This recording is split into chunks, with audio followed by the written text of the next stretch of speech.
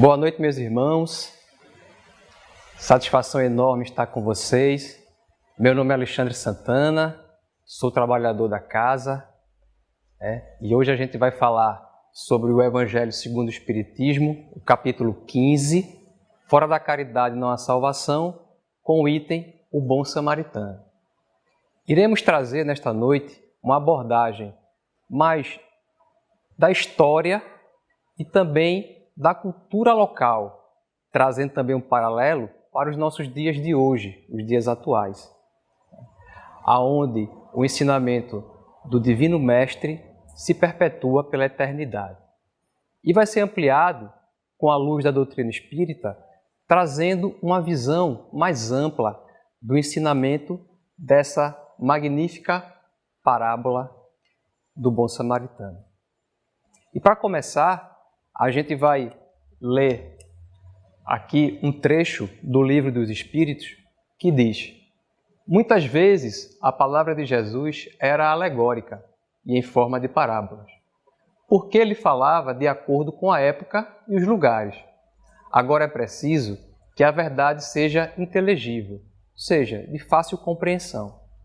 Para todos é necessário explicar e desenvolver aquelas leis, já que pouquíssimos são os que a compreendem, e menos ainda os que a praticam.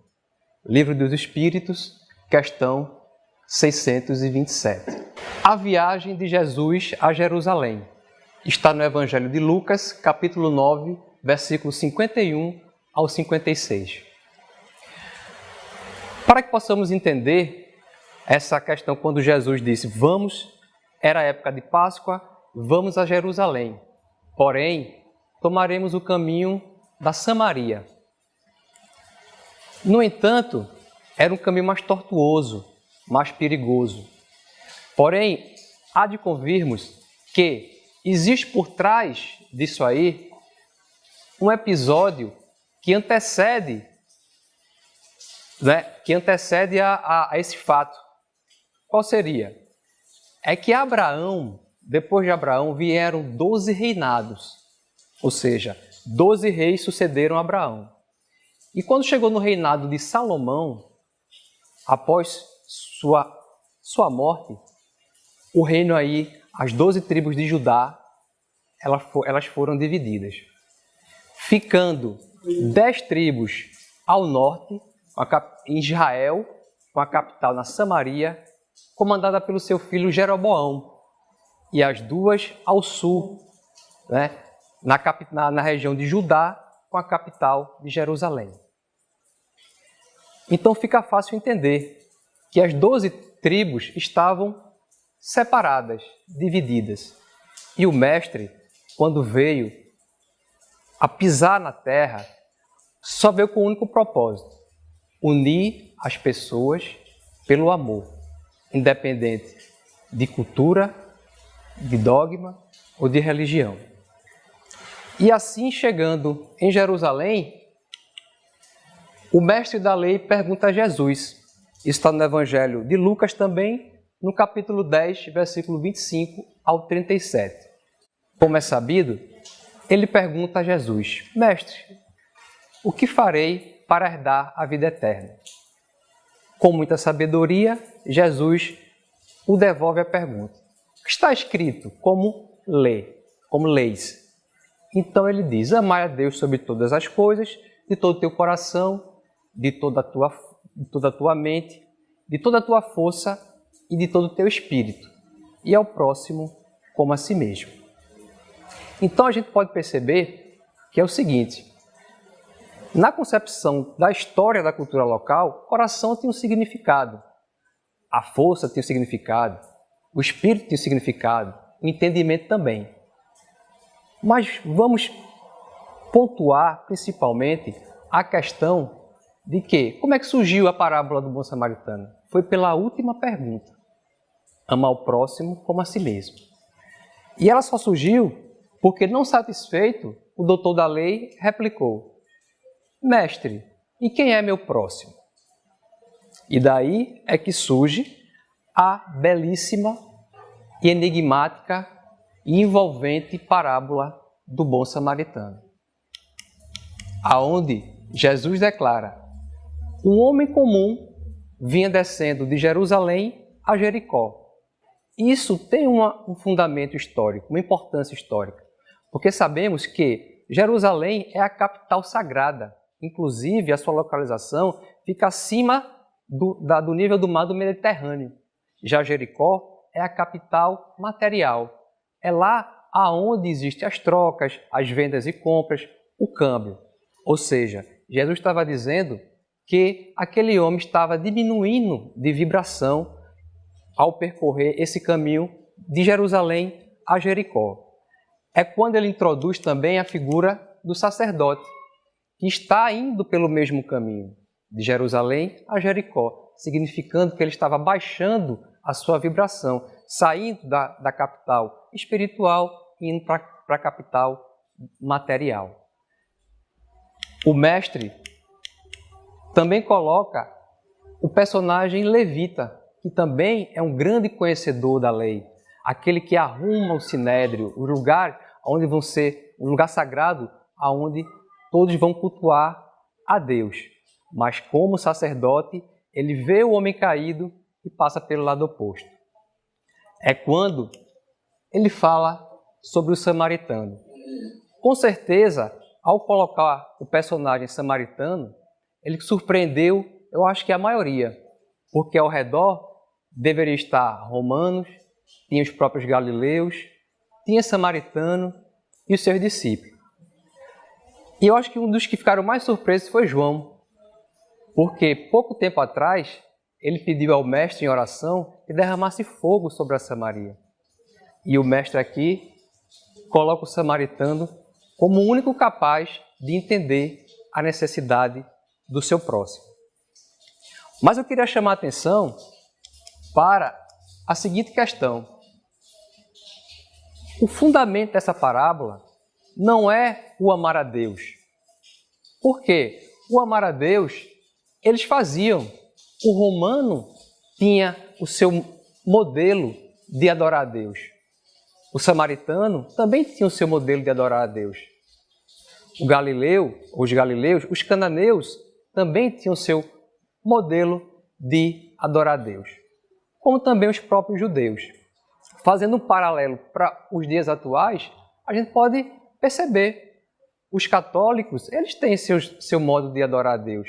Os evangélicos o têm, os muçulmanos, os hindus, né? Ou seja, nós espíritas temos também, apesar de que aos olhos, à luz do espiritismo, a religiosidade, através do ensino dos espíritos, acrescentaram aí dois importantíssimos pilares, que foi a filosofia e a ciência.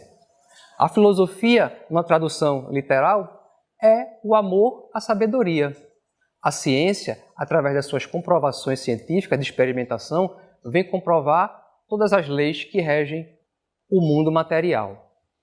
E aí, o codificador Allan Kardec uniu a filosofia, a ciência e a moral ou religião através dos ensinamentos dos espíritos, formando essa tríade, a doutrina espírita. E com isso, a gente amplia nossa visão de entender a divindade por completo. Ou seja, é uma forma racional de olhar e entender o que rege nosso mundo, tanto material quanto o mundo espiritual. Mas também não deixa de ser uma forma de amar a Deus, mas com essa visão mais ampliada. Então a grande questão é, e o amor ao próximo? Como é que está esse amor ao próximo?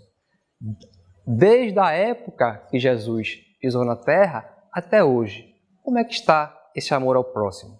E a questão aqui com o sacerdote, né, o doutor da lei, ele estava perguntando, como é que está o teu amor com o gentio? Como é que tu ama o publicano, o romano, o galileu, o cananeu? Ou só estás amando o judeu? E aí é quando, à luz da doutrina, a gente vai capturar isso aqui, característica dos israelitas como ordem de espíritos.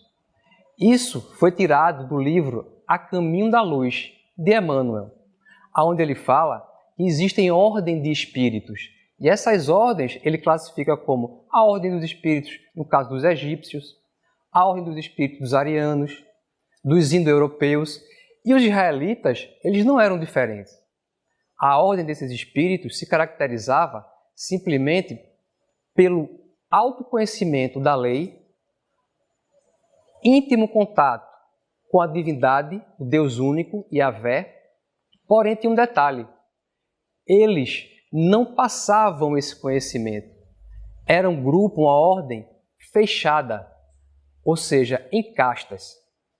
Então, essa era a grande dificuldade do judeu, aqui falando do israelita como geral, mas incluindo o judeu, de amar o seu próximo. Então, a gente amplia, à luz da doutrina espírita, já olhando com os olhos de hoje, essa amplitude que Jesus já tinha. Ou seja, ele não veio para condenar ninguém. Ele veio, através do amor, renovar a esperança de uma vida futura. Então, com certeza, ele tinha isso aí, essa característica, e sabia que os israelitas traziam, através de suas reencarnações, essa característica. Portanto, o que foi que ele fez? Jesus quebrou o rótulo do doutor da lei. De que forma? Ou seja, ele contou toda a parábola. Após o final, ele fez a pergunta: quem destes é o mais próximo? E o doutor da lei, com suas próprias palavras, disse: o que teve misericórdia. Então, a gente, como bom samaritano, a gente tem que curar as feridas agudas e as feridas crônicas. Ou seja, a quem tem fome, a gente primeiro mata a fome, para depois tentar algo a mais. Foi o que o bom samaritano fez. Ele, com o vinho, ele curou as feridas agudas, que estavam ali sangrando, os cortes profundos. Depois, com o azeite, ele vai tratar das feridas crônicas. É aquele, a gente dá o peixe e depois ensina a pescar. É aonde a gente vai fazer com que aquele nosso próximo, ele reconheça a sua necessidade de melhorar, de evoluir, de continuar na caminhada do bem, trazendo para ele a reflexão de que não mais é permitido tal comportamento, porque senão, novamente, ele pode cair nas mãos de assaltantes e salteadores. Com isso, a gente se torna o quê? O bom samaritano ele se torna um socorrista. Aquele que vai lá, que pegou, mas só fez a parte dele. Comparando com hoje, seria um SAMU, vamos dizer assim, por dizer. Ele foi lá, prestou os primeiros socorros, pegou pelos seus braços e levou até a hospedaria. Porque dali por diante, há pessoas ou um ambiente mais propício para que aquele caído, ele continue, ele se levante e continue sua jornada de transformação íntima. Então, somos e temos a obrigação de ter esse papel de socorrista para com o nosso próximo, independente de quem seja esse próximo. E aí, para que isso tudo aconteça, é preciso que a gente tenha credibilidade e respeito. Porque, associando a parábola, vamos ver que o bom samaritano, ele chegou na hospedaria, pagou os 2 denários e disse: cuida, e na volta, o que tu gastares com ele, eu vou te reembolsar. Mas se ele não tivesse o devido respeito e a credibilidade, você acha, por exemplo, que o dono da hospedaria confiaria nele? Então é preciso, meus amigos, termos a credibilidade e o respeito, porque as ações falam muito mais do que as palavras. A gente pode até trazer uma passagem aqui de Chico Xavier, que uma vez ele foi perguntado: Chico, você acredita realmente na existência de Jesus? Será que ele veio realmente à Terra? Ele disse: com certeza eu acredito. Por que, Chico? Porque uma mentira, ela não perdura, não ultrapassa os milênios. Então, mais do que palavras, é preciso também os atos. A gente também pode ver um exemplo de credibilidade e respeito no meio da doutrina espírita, do espiritismo, Divaldo Pereira Franco, Haroldo Dutra Dias, que vem aí renovando o Espiritismo dando a credibilidade perpétua que se perpetua através dos ensinamentos dos Espíritos. E eu trouxe aqui uma foto